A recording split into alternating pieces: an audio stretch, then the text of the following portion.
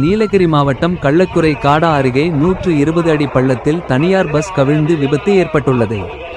இந்த விபத்தில் சிக்கி 20க்கு மேற்பட்டோர் படுகாயம் அடைந்துள்ளதாகவும் அவர்களின் 3 பேர் கவலைக்கிடமான நிலையில் உயிருக்கு போராடுவதாகவும் முதற்கட்ட தகவல் வெளியாகியுள்ளது. காயம் அடைந்தவர்களுக்கு உதகை அரசு மெடிக்கல் காலேஜ் ஹாஸ்பிட்டல் சிகிச்சை அளிக்கப்பட்டு வருகிறது.